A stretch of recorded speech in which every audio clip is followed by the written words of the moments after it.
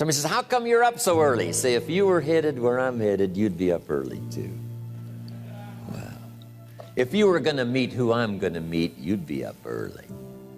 If it was going to stack up for you like it's stacking up for me, you'd be getting up early.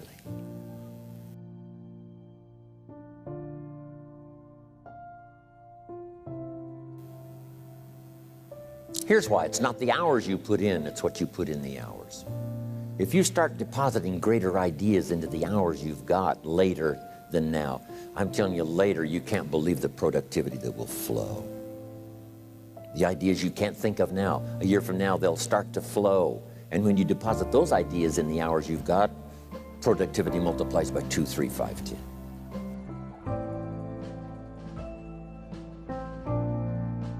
All life form strives to the max of its potential except human beings. All life form strives to the max of its potential except human beings.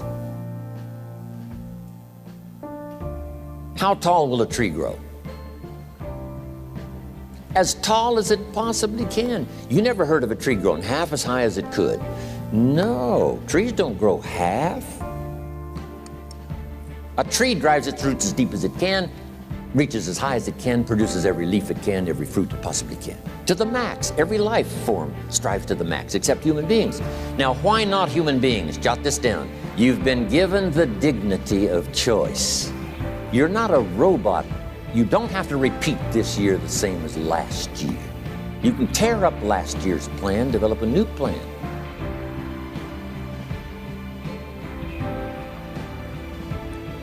So, the dignity of being a human being.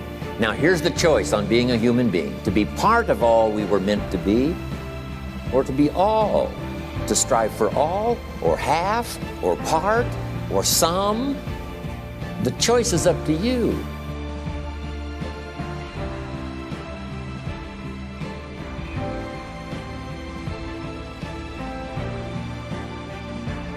Life is not just the passing of time. Life is not just the passing of time. Life is a collection of experiences, their frequency,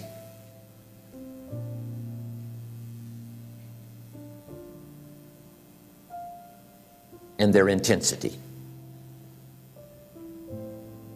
Life is not just watching the clock tick away. Life is a collection of experiences, their intensity, their frequency.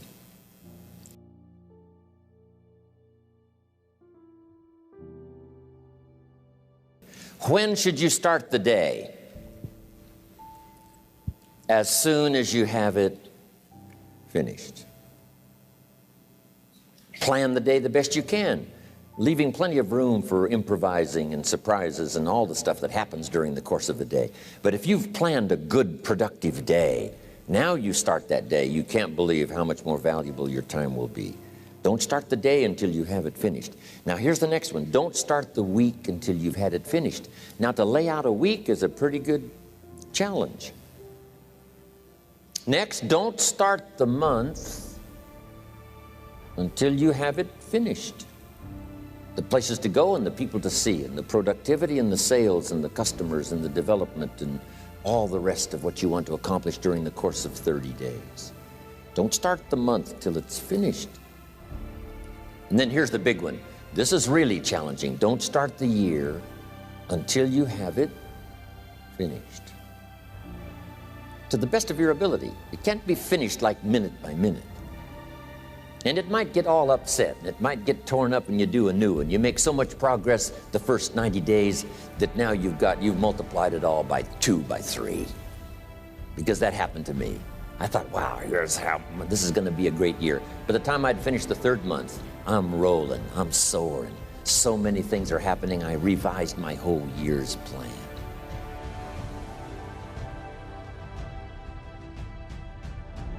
I got better. I got better day by day and week by week and month by month, and I'm asking you to do the same thing until you can develop a long arm and a long reach, until you can develop influence that won't quit. Touch people next year you couldn't touch this year. Touch people now you couldn't touch before. Conduct a meeting now you couldn't conduct before. Heart and soul now mixed in there that wasn't there, missing before. I'm asking all of you to get better in spite of the winters, in spite of the downturn, the money downturn, the social downturn, the personal downturn, whatever it is. Just get stronger, get better.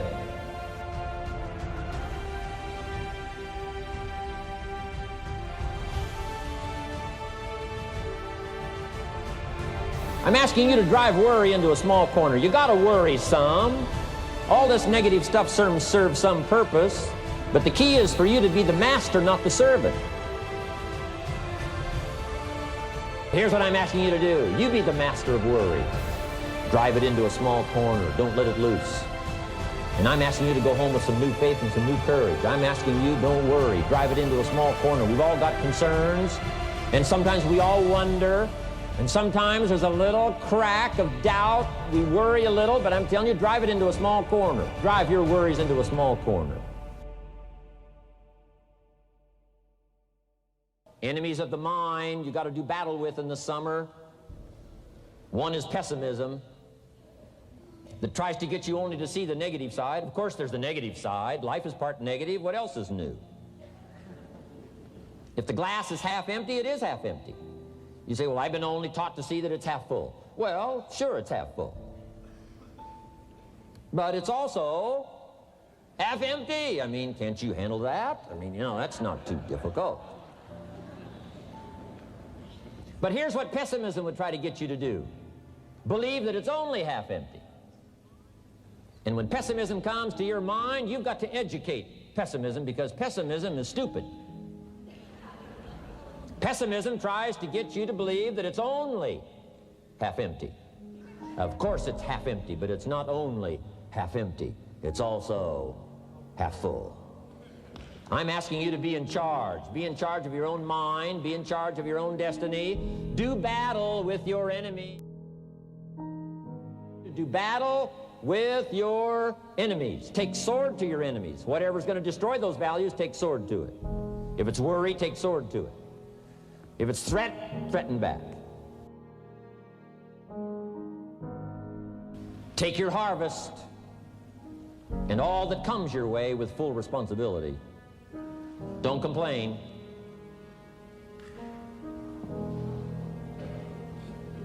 That fourth season, complaining, I'm telling you, could ruin all of your chances. Complaining sometimes starts as an infection. If you don't take care of it, it becomes a disease. Do battle with it. In the harvest time, reap your harvest without complaint. It's your crop, you sowed it. You either made the calls or didn't make the calls. You wrote the letters, you didn't write the letters. You were steady or you weren't steady. You did it or you didn't do it. You put together a good day or you didn't put together a good day. Take responsibility when the harvest time finally comes and say, hey, it's my crop. Got to take responsibility for it. I do not complain. I'm asking you to be touched with the smallest of people's challenges. Don't just be touched with the challenge. I'm asking you to be touched with the problem. Let people's problems get to you. Let people's problems touch your heart this year like never before. Be touched. Let life touch you. Don't let it kill you, but let it touch you. The problems that are out there, people struggling with their economy, struggling with their health, struggling with their future, I'm asking you to let that get around your heart. Let it do something to you. Don't go untouched. Don't go unmoved. When you walk out of here, open yourself up. Don't build up the walls. The same wall that keeps out disappointment keeps out happiness and opportunity. Take the walls down. Let yourself be touched by what's going on out there. Let sad things make you sad, as well as happy things make you happy. Let your heart get touched. What a next year you could have if you pay more attention this year. Soak it up, gather it up, and reflect at certain times what's going on and what's happening. And this year will take a more powerful place in your experience. People will not believe the words you've chosen. They will not believe in heart and soul that you've mixed with words. They won't believe the power you've got. We've got this extraordinary opportunity now. Let us not keep it. Let us share it. Let us reach out with a long reach, a strong reach, an unprecedented reach. Let us reach out and touch people not just with our opportunity. Let's touch people with our lives. Let's touch people with our experiences. Let's touch people with our heart and soul. But here's what I did. I worked around the clock, so that I would make up in numbers what I lacked in skill. When you're new, you make up in numbers what you lack in skill. Now, when you become more skillful, the numbers can go down. But at first, if you want to compete or if you want to really get good, you've got to put in the numbers. I'll tell you what's really going to serve you well, and that's the excitement you feel inside that isn't even probably expressed on the outside, the excitement that runs deep, the excitement that stirs commitment, the excitement that stirs courage. Give me the chance and I will get the job done. That kind of excitement. Society doesn't require that you build a financial wall around your family nothing can get through. That's not a requirement of society. It's a requirement you impose on yourself to build a financial wall around your family nothing can get through. So impose on yourself this self-development of being in charge, taking charge of your life and your health and your future and your responsibilities and all the rest.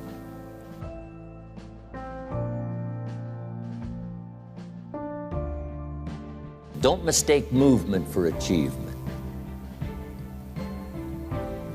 It's easy to get faked out by being busy.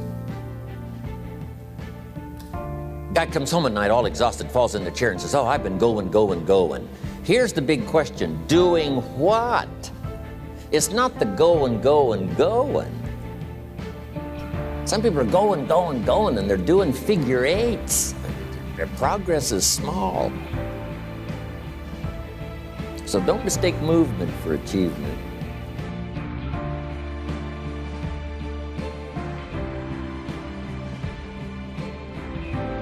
Here's another key phrase, all work is good. You may not like your job, but if it's the stepping stones to get you to where you want to go, you got to appreciate your job. You don't have to have a passion for your job. Here's the ultimate passion, a passion for incredible success in every department of my life. That's the passion. But don't look down on some menial job you have to do to finally get you to where you want to go. No job is menial. No job is not, every job is noble. Training life for pay, making a contribution to society.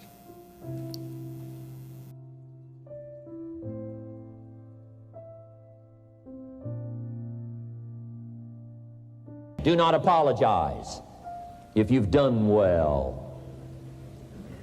We offer no apologies when these winners that walked across this stage here go back to their communities. We offer no apology for making the kind of money they make. Because of the lives they touched and the people that they helped, no telling what would have happened if these people had not touched many people's lives, who touched many people's lives. When you go back to the community, all of you that were winners here, I ask you to go back with no apology. Because you've done your job well and you've given good hands to everybody you've touched. You deserve all the money.